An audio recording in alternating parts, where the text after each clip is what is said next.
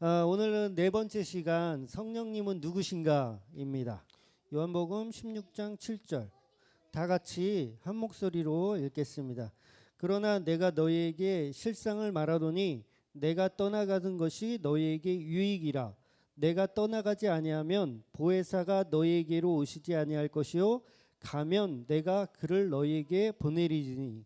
아멘. 이 말씀은 이제 예수님께서 이제 떠나가실 때 성령님을 너희에게 보내주는 게 너희한테 유익이다. 이렇게 말씀을 하시는 내용입니다. 그래서 오늘은 성령님에 관해서 이렇게 얘기할 건데, 우리가 사도신경을 신앙 고백할 때도 그런 말을 해요. 성령을 믿사오며 이런 말을 합니다. 성령을 믿사오며. 그런데 이 성령은 이 삼위일체 중에 한 분이시잖아요. 성부, 성자, 성령. 그런데 우리 이 성령의 이미지는 어떠냐면 하나님은 하나님이고 예수님도 하나님인데 성령님은 그냥 어떤 세컨드적인 역할, 그러니까 뭔가 도와주는 역할로의 어떤 하나의 천사장 정도로 이렇게 생각하는 경향이 있어요. 그런데 그렇게 생각하면 크게 잘못 알고 있는 거예요. 이 성령님도 유일신 하나님인 거예요. 이 성령님도. 그러니까 성령님을 그냥 조력자 정도로 생각하면 큰 오산이죠. 그러니까 성령님도 삼위일체의 하나님이다라는 걸 반드시 우리가 기억을 해야 합니다.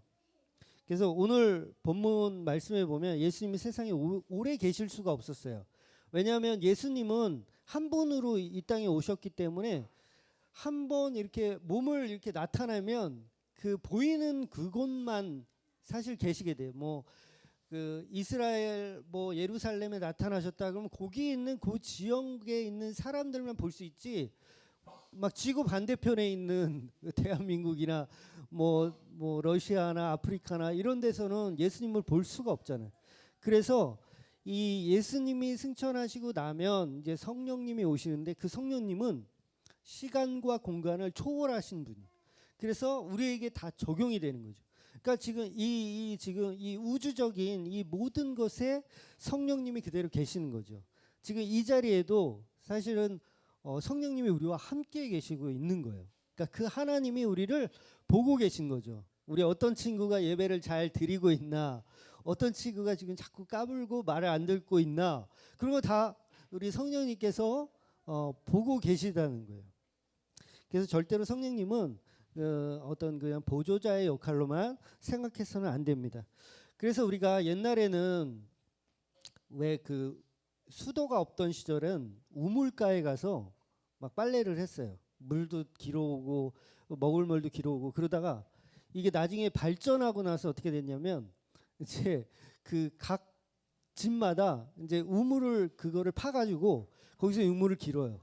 그래서 나중에는 이제 거기다 펌프를 또 설치를 해가지고 마중물을 이렇게 집어넣으면 물을 또 이렇게 또 얻을 수가 있고 멀리 냇가까지 가지 않아도. 그리고 지금은 어때요? 그냥 우리 집에서 수돗물만 딱 틀면 그냥 물이 콸콸콸콸 쏟아져 들어오잖아요. 마치 그런 것처럼 예수님은 모든 곳에 다 거할 수가 없으니까 그 시각적인 그 2000년 전에 그 예수님은, 그래서 그 예수님이 가고 성령님이 오시면 성령님은 모든 것에 다 거하실 수 있고 여러분들 마음 구석구석에도 자정하실 수 있기 때문에 그 성령님이 오시는 게, 예수님이 가고 성령님이 오시는 게 우리한텐 유익이라고 말씀하시는 겁니다. 그래서 이 성령님의 큰 역할은 뭐냐면 성부 하나님은 구원을 계획하세요. 이렇게 해서 구원을 해야지 이런 계획을 하시고, 성자 하나님은 그 계획을 성취하시는 거죠. 십자가에 달려서 죽으시고 부활하심으로 그 계획을 성취하세요. 그 다음에 성령님은 뭐 하시냐? 그 성취한 그것을 적용시키는 역할을 한 거예요. 그러니까 어떻게 보면 굉장히 중요한 거죠. 우리 성령님을 그냥 하찮게 여기서는 큰일 나죠. 왜? 그 예수가 우리한테 적용이 되려면 성령님이 사실은 일하셔야 돼요. 성령님이 이 마음 가운데, 진주의 마음 가운데 내가 얘한테 예수의 보혈을 심어야겠다라고 마음 먹고 심어야 사실 얘가 구원의 그룹 안에 들어오는 거죠. 그러니까 이 성령님이 얼마나 중요한지 우리가 잘 알아야 합니다. 우리가 교회를 다니면서 예수님의 구원의 성취를 사실은 알게 되죠. 교회를 다니다 보면 성령님이 나한테 구원을 성취하셨구나 이런 걸 알게 됩니다. 그래서 그 이후에는 성령님과 동행하는 삶을 사는 거예요. 우리가 성부 하나님, 성자 하나님과 동행하는 삶이라기보다는 사실은 성령님이 그 예수와 하나님을 같이 이끌게 하시는 거죠. 그러니까 그 성령님과 함께하는 삶을 살아내는 거예요.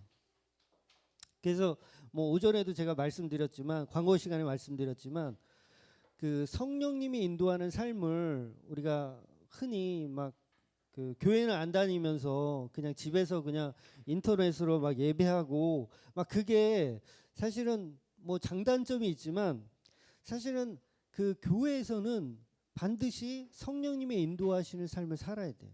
그러기 위해서는 이 집에서 인터넷으로 하기에는 좀 어려운 감이 있습니다. 왜? 성령님이 그만큼 일하실 수가 없는 거죠. 일할 수 있는 폭이 좁아지는 거죠. 그래서 가급적이면 정말 건강한 교회를 찾고 또 그 건강한 교회에 소속이 되어서 그 교회가 하나님의 복음을 위해서 잘 이렇게 부흥될 수 있도록 도와주는 역할을 우리 성도들은 해야 합니다. 그래서 고린도전서 4장 20절, 하나님의 나라는 말에 있지 아니하고 오직 능력에 있습니다. 네. 이 말씀은 우리가 정말 이 머리를 탁 한 대 맞은 것처럼 느껴야 돼. 그동안은 내가 하나님의 나라가 말에 있는 줄 알았어. 말만 이렇게 막 잘하면 막 하나님의 능력이 나타나고 막 그런지 알았는데 그렇지 않다라는 거죠. 능력에 있어요. 능력에. 하나님 말은. 왜 교회에서도 이 말만 무성하신 분들 계시잖아요. 막 말은 막 신학 박사 무슨 목회학 박사 철학 박사인데 능력이 안 나타나는 거예요. 아무런 능력이.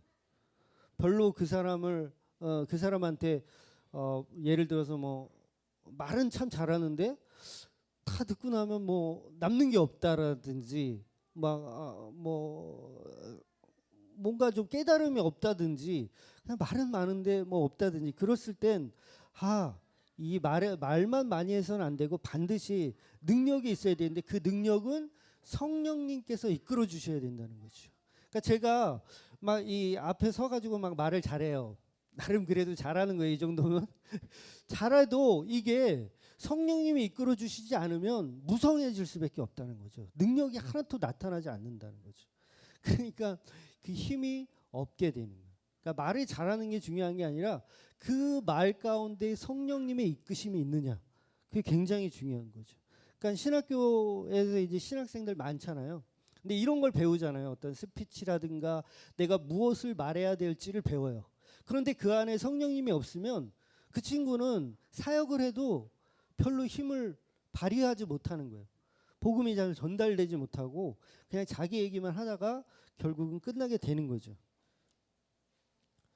즉 성령은 어떤 막연한 것이 아니라 성령이 내 안에 들어오면 반드시 그 성령님이 일하시는데 그 일하심이 열매로 나타난다는 거예요. 열매로 표현되어져 나타난다는 거죠. 갈라디아서 5장 22절, 오직 성령의 열매는 사랑과 희락과 화평과 오래 참음과 자비와 양선과 충성과 온유의 절전이 이 같은 것을 금지할 법이 없느니라. 그러니까 내 안에 성령님이 오시면 막 이런 것들이 막 나타나. 막 온유와 절제와 막 이런 게 나타나는데 이걸 어떻게 막을 방법이 없는 거예요. 왜? 내가 일하는 게 아니라 성령님이 일하시기 때문에 그런 거죠. 사랑 없던 사람이 나는 메마르고 사랑도 없어. 좀 이렇게 불쌍한 사람 보면 막 이렇게 도와주고 싶은 마음도 없던 인간이야. 그런데 교회를 나와서 성령을 받으면 그게 변환되는 거예요. 내가 도와야지. 내가 좀 일해야지. 내가 좀 헌신해야지. 이렇게 변환되는 거예요. 이게 열매가 나타나는 증거라는 거죠. 결국은 어떤 사람들은 교회에 나와서 성령 받고 나면 막 그 안에 정말 기쁨이 생겨나고 그 다음에 막 화평하게 되고 그 다음에 이웃과 소통하게 되고 더 잘 지내게 되고 막 이렇게 되는 거죠. 결국은 우리가 오래 참게 되고 자비하게 되고 충성하게 되고 또 겸손하게 되고 그렇게 변할 수밖에 없는 거죠. 왜? 우리 안에 있는 성령님이 나를 그렇게 만들어가기 때문에 그래요. 내가 만드는 게 아니라 성령님이 나를 만들어 가신다는 거죠. 저도 마찬가지예요. 예수님을 안 믿었으면 아주 뭐 아찔한 그 삶을 여전히 살았을 거예요. 제가 뭐 여담으로 말씀드리지만 제가 저 고등학교 때는 그래도 좀 놀았어요. 좀 놀아가지고 제 친구들도 가만 보면 지금 이제 있는 친구들 보면 그 흔히 말하는 그 사고 쳐서 이제 경찰서에 가거나 뭐 교도소에 갔다 온 적이 없는 친구들이 없을 정도로 제 주위의 친구들은 다 그래요. 그래서 물론 지금 이제 나이 들어가지고 이제 저거 하지만 그만큼 저도 예수님을 안 만났으면 참 힘든 인생을 살았을 거라는 생각이 들어요. 그러니까 나의 이 삶을 성령님께서 이끌고 계시다는 거죠. 이끌고 계시다는 거죠. 분명히 변화는 일어납니다. 우리 안에 성령님을 반드시 만나야 되는 거죠. 그래서 이 예수님을 만나기 전 성령님이 임하시기 전에는 우리의 삶은요 자존심으로 가득 차 있어. 그리고 자신감으로 가득 차 있어. 여러분 학교에서 일반 학교에서 우리한테 지식적으로 배우는 것들이 뭔지 아세요? 자신감입니다. 자신감. 너는 할 수 있어. I can do it. 너는 성공할 수 있어. 너면 충분해. 막 이런 걸 가르쳐요. 그리고 교회도 마찬가지예요. 이건 정말 안타까운 건데 교회도 그렇게 가르쳐요. 너는 예수 믿는 사람이니까 너는 할 수 있어. 너는 해야 돼. 왜 이렇게 가르쳐요. 근데 틀린 가르침입니다. 그 가르침이 아니라 하나님이 성령님이 내 안에 있으면 우리는 자존심 아니면 자신감 이게 아니고 자존감이 생겨요. 자존감. 천지 창조하신 그 하나님이 내 아버지구나. 내가 그동안 여호와라고 생각했던 나와 별로 동떨어진 그 하나님이 내 아버지구나라는 걸 깨닫는 순간 자존감이 생겨버려요. 그러니까 자존감이 있는 사람과 자신감이 있는 사람은 어떤 차이가 있냐면 대학을 딱 들어갔는데 대학 시험을 딱 봤어. 근데 요새 그 대학은 예비 합격이라는 게 있어요. 그래서 예비 합격 뭐 3번이다 그러면 이제 앞에 이제 학생들이 등록을 안 하거나 그러면 이제 순번이 자기한테로 오는 거예요. 이게 굉장히 애매한 게 떨어졌다 뭐 합격했다 이게 없는 거예요. 무조건 기다려야 돼. 그 날짜 될 때까지 기다려야 돼. 그러니까 애매한 겁니다. 근데 이게 만약에 자기가 정말 가고 싶은 학교였는데 딱 떨어졌어. 그러면 두 가지 이 사람 자신감이 충만했던 이 사람은 분명히 실망합니다. 내가 분명히 나는 될 거라고 그렇게 주위에서 얘기해서 난 자신감이 충만했는데 안 됐어. 그 얼마나 실망할 거예요, 이 인생이. 근데 자존감이 있는 우리 성령님 받은 그 자존감이 있는 그 사람은 떨어져도 상관없어. 왜? 이 학교가 나를 몰라보고 나를 떨어뜨려? 여기만 학교냐? 내가 더 좋은 학교 가면 되지. 자존감이 있는 사람은 그렇게 돼요. 여러분 성령님이 우리 안에 임한다는 건 바로 이런 거죠. 절대 이 사람은요 쓰러질 리가 없어요. 내가 지금 내 상황이 진짜 비록 대학도 떨어지고 취직도 안 되고 막 되는 일도 하나도 없고 그래도 이 자존감이 있는 사람은 절대 흔들리지 않습니다. 근데 자신감으로 뚱뚱 뭉쳐있던 사람, 자존감은 없고 자신감으로 뚱뚱 뭉쳐있던 사람은 실망해요. 거기다 이 자신감에 또 이 자존심까지 또 있어봐요. 결국은 우리 청년들이 목매는 거예요. 목매는 거. 자존감이 없어버리니까. 그러니까 어떤 상황에도 이길 수 있는 건 성령님의 인도하심이죠. 나중에 이제 창세기 하면 이제 요셉에 대해서도 제가 설명을 드릴 텐데 요셉은 자존감이 너무 높았어. 그러니까 이 자존감이 너무 높다 보니까는 가족들한테 욕을 먹고 막 그랬는데 실제로 그 자존감입니다. 자존감. 자기가 막 누명을 쓰고 이 교도소에 갔는데도 이 요셉은 전혀 이 자존감이 무너지지 않았어요. 거기서도 막 대장 노릇하고 막 일할 거 다 하고 그러면서 그 자존감이 전혀 수그러들지 않은 거죠. 그러니까 이 성령님이 하시는 일은 엄청난 겁니다. 우리 삶을 바꿔버려요. 그러니까 성령님이 임한다는 건 우리가 그냥 너무 그냥 하찮게 여겨서는 안 되는 거죠. 우리의 삶이 바뀌어지니까. 지난주에 이 예수님은 누구신가 설명할 때 제가 하나 빼먹은 게 있는데, 그게 뭐냐면 인간은 이 누구나 존교심이라는 게 있어요. 존교심. 하나님은 우리를 지었기 때문에 우리는 어쩔 수 없이 지음받은 몸이기 때문에 하나님을 보고 싶어하는 마음이 누구에게나 다 있어요. 이거를 이제 존교심이라 그래요. 하나님을 모르는 사람도 이 존교심은 있기 때문에 자꾸 하나님을 찾으려고 그래요. 그래서 산에는 산신령 이렇게 만들어 놓고, 바다에는 뭐 옥황상제 뭐 이런 거 만들어 놓고, 그다음에 뭐 태양에는 태양신 만들어 놓고, 달에는 뭐 세일러문 뭐 달의 여신 막 이런 걸 만들어 놓고, 종교심이 있어가지고 막 그런 거예요. 그러니까 우리는 우리 마음 가운데 성령님을 계속 추구하게 되어 있어요. 예수 믿는 사람이나 안 믿는 사람 마찬가지로 자꾸 성령님이 내 안에 오신 거를 추구하게 돼 있어요. 이게 자연의 계시거든요. 계속 추구하게 돼 있어요. 그 예수 믿는 사람들은 이런 걸 정확하게 알기 때문에 그 성령님의 임재하심이 더 크게 역사할 수 있는 거죠. 그러니까 이 성령님의 일하심은 우리가 사소하게 여겨서는 절대 안 됩니다. 그래서 오늘 지금 제가 드리는 이 말씀은 여러분들한테 성령의 열매, 여러분 자비하세요, 충성하세요, 뭐 봉사하세요, 뭐 절제하세요, 이런 설교를 하는 게 아니에요.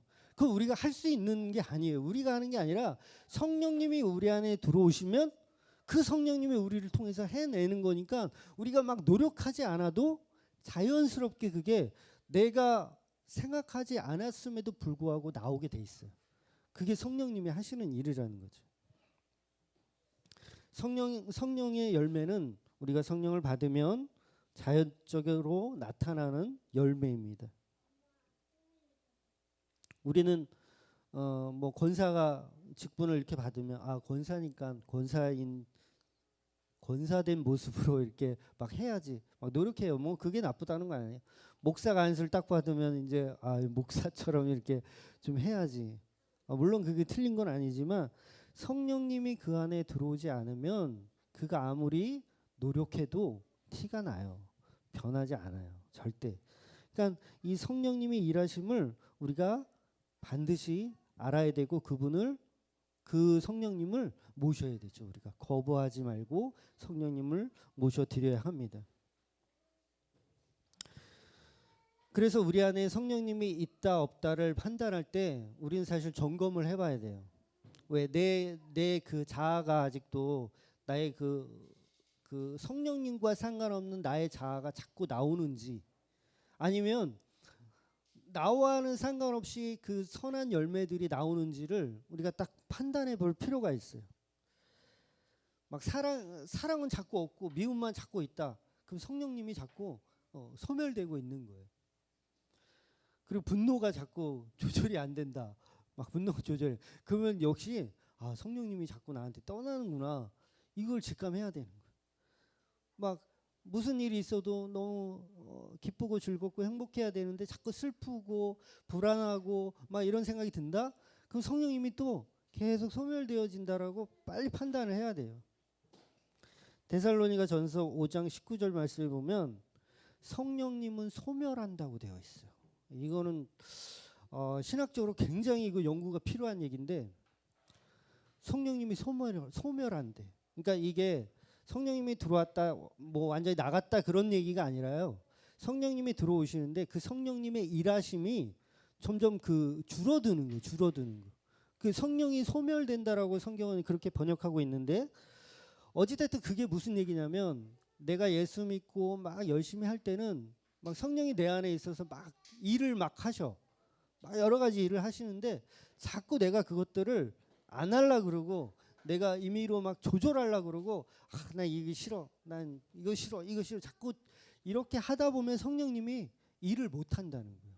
일을 못 하시. 그러니까 소멸된다라고 그렇게 표현하는 거예요.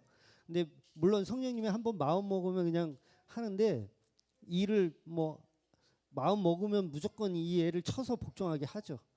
그런데 이제 그게 자기 손해라는 거예요. 자기 손해.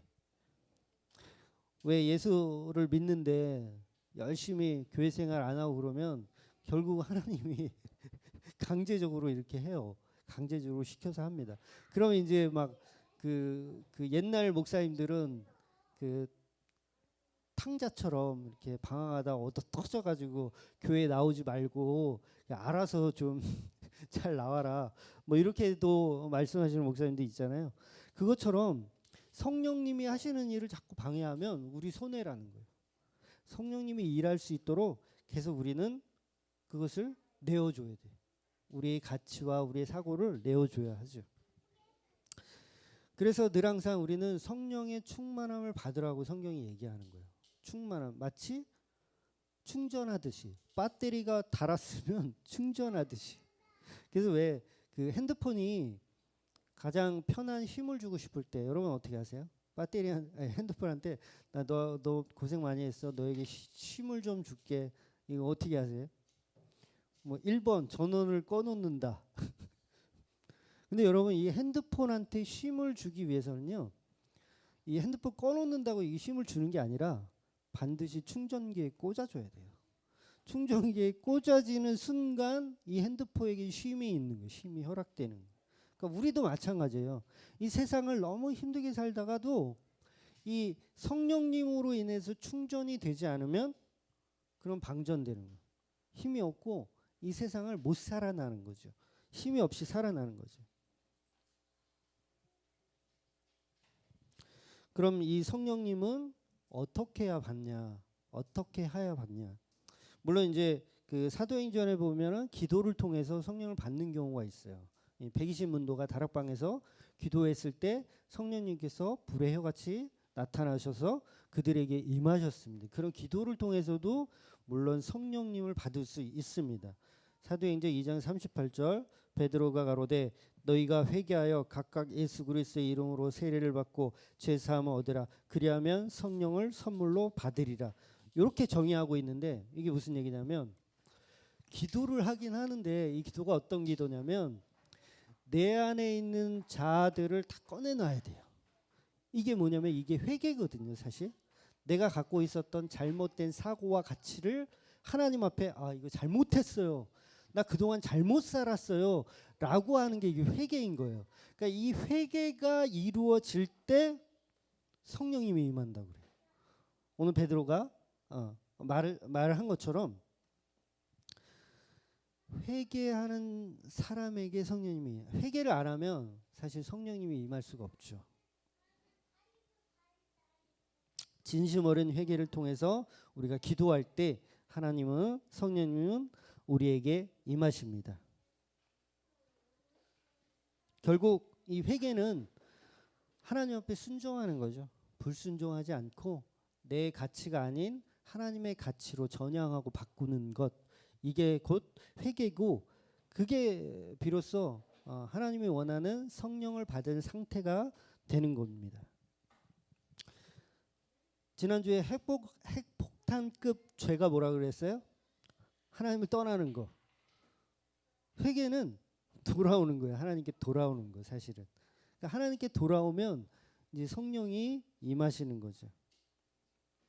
결국 회개의 본질은 하나님께 나아오는 순종인 거죠. 또한 성령을 받으려면 하나님의 말씀을 많이 들어야 돼요. 하나님의 말씀을 많이 듣고 하나님의 말씀을 많이 읽고 많이 묵상해야 돼요. 그러니까 말씀을 통해서 성령님이 또 임하십니다. 기도를 통해서 말씀을 통해서 성령님은 임하시죠. 데살로니가전서 2장 13절 하나님의 말씀을 받을 때 사람의 말로 받지 아니하고 하나님의 말씀을 받음이니. 그러니까 하나님께 말씀을 받을 때 사람의 말씀을 받지 말고 하나님의 말씀을 받으라는 거예요. 그러니까 목사가 변변치 않은 목사지만 이 목사가 강단에서 선포를 하면 그 말씀을 저 목사의 말로 듣지 말고 하나님의 말씀으로 받아야 한다는 거예요. 그래야 성령을 받는다는 거죠. 역시 마찬가지예요. 여러분이 성경을 이렇게 개인적으로 볼 때도 이게 그냥 문자적인 것, 어떤 책으로 보지 않고 하나님의 말씀으로 본다면 성령을 받는 거예요. 그러니까 말씀을 통해서 성령을 받는 거죠.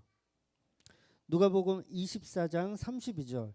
그들이 서로 말하되 길에서 우리에게 말씀하시고 우리에게 성경을 풀어주실 때에 우리 속에 마음이 뜨겁지 아니하더냐. 이런 말씀이 있어요. 엠마오로 가는 제자들에게 부활하신 예수님이 동행합니다. 동행하는데 이 엠마오로 가던 이 제자 두 명이요, 예수님을 못 알아봐요. 부활하신 예수님인데 못 알아봐. 뭐 얼굴 형태를 뭐 이미지화 하셨는지 못 알아봐. 그런데 이 예수님이 성경을 해석해 주십니다. 같이 길을 여행을 떠나면서 이제 같이 셋이 걸어가면서 성경을 해석해 줘. 그랬더니 이 제자들이 마음이 뜨거워졌어. 이게 성령을 받는 거예요, 이게. 그러니까 우리가 말씀 읽을 때, 설교를 들을 때 뭔가 이 마음에 톡 치는 뭐 그런 게 있을 때 있잖아요. 성령님이 일하시는 거예요, 그게. 성령님이 나를 또 이렇게 말씀으로 또 치시는구나, 나를 흔들어 주시는구나, 이거를 깨닫는 거죠.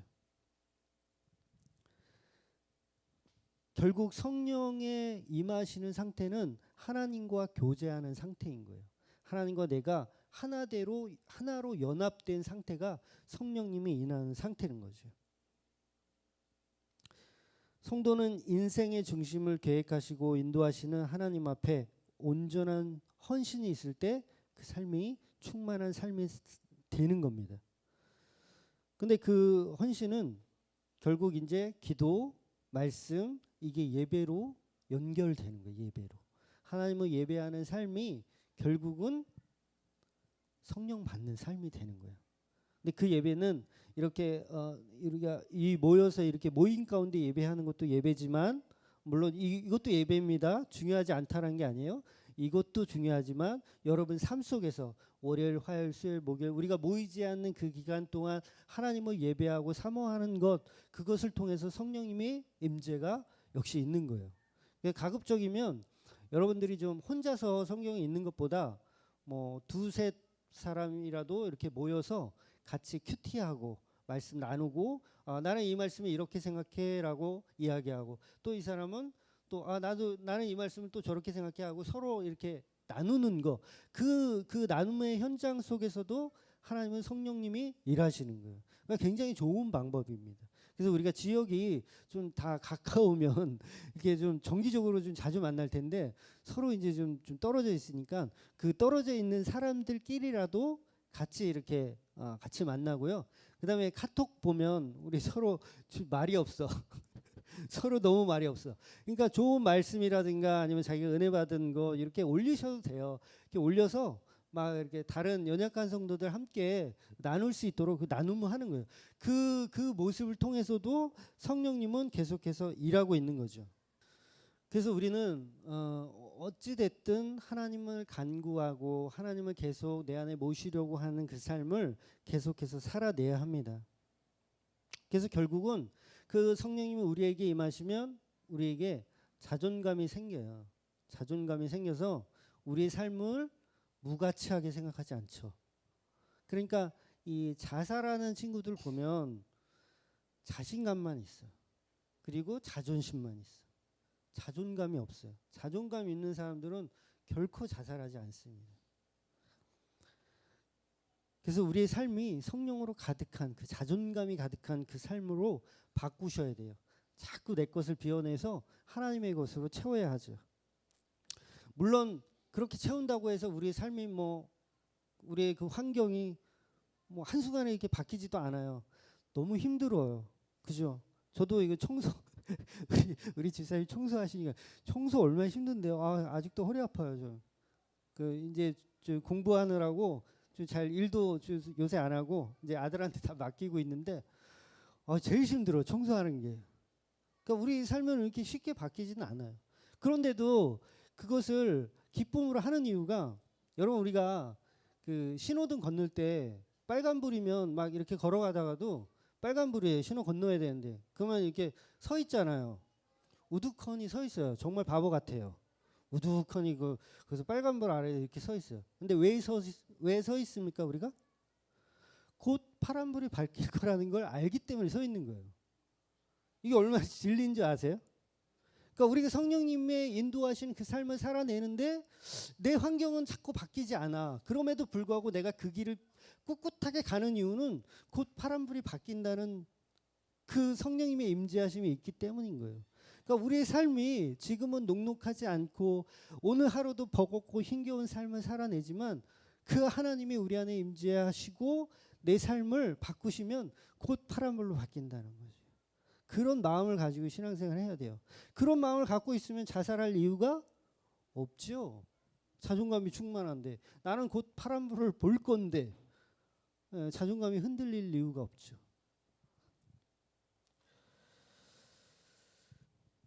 주님은 우리 삶에 이제 그 예수 그리스도의 피값으로 치르셨습니다. 그리고 그 예수님이 나보다 더, 그 예수님보다 더 기발한 방법으로 너희들을 이끄실 그 성령님을 보내주실 것인데 이것이 너희에게 유익이다 라고 얘기하는 거예요. 어쩌면 좀 손해보는 듯해요 우리가.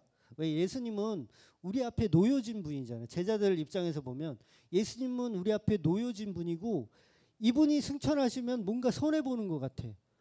예수님 더 계시지 왜 승천하세요? 그런데 예수님 입장에서는 그게 아닌 거예요. 너희들에게 유익이야. 내가 빨리 가야 돼. 가야지 너한테 유익이고 너희 자손들에게도 유익이고 모든 전 인류의 유익이야. 그 성령님. 너무 센세이션하고 획기적인 방법 아닙니까? 그 성령님이 우리 안에 있는 거예요. 여러분 외양간에 이렇게 불이 나잖아요. 그럼 이 소가 얼마나 멍청한지 불이 나면 이렇게 이게 코뜰에 잡고 막 나가자고 막 이렇게 해도요 절대 안 나간대요 이 소가. 근데 어떻게 하면 나가는지 아세요? 이 여물통을 그냥 발로 차가지고 엎어버리면 그때서 나온대. 무슨 얘기인지 이해하시죠? 우리의 삶은 버겁고 힘들어요. 근데 그 안에서 자꾸 성령님을 찾으려 그래. 그 여물통 붙들고 정말 중요한 게 무엇인지를 깨닫지 못하는 거죠. 그러니까 우리는 그럴 필요가 없는 거죠. 지금 불나고 막 이런 상황에서 그 여물통을 쳐다보고 있어야 되냐고요.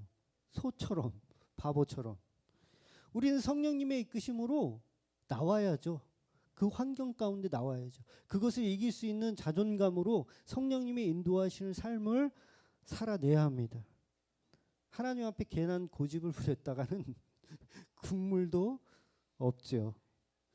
주님께서 우리를 정말 가치 있는 삶으로 만들어 가시도록 우리는 그렇게 순종하며 그 자리를 내어드리는 거예요. 그러니까 예수님이 우리 안에 찾아올 수 있도록 성령님이 우리 안에 찾아올 수 있도록 우리의 문을 활짝 여는 거죠. 얼마 전에 우리 목사님이 그런 고백을 하셨어요. 성령님이 우리 안에 오려고 해도 우리가 마음 문을 열지 않으면 하나님이 뻘쭘하다는 거예요. 뻘쭘해. 근데 우리가 마음을 활짝 열고 있으면 언제든지 성령님이 우리 안에 오셔서 일할 수 있다라는 거죠. 그 성령님을 모시고 신앙생활하는 저와 여러분들 되시기를 주의 이름으로 축원드립니다. 아멘. 잠깐 기도할게요.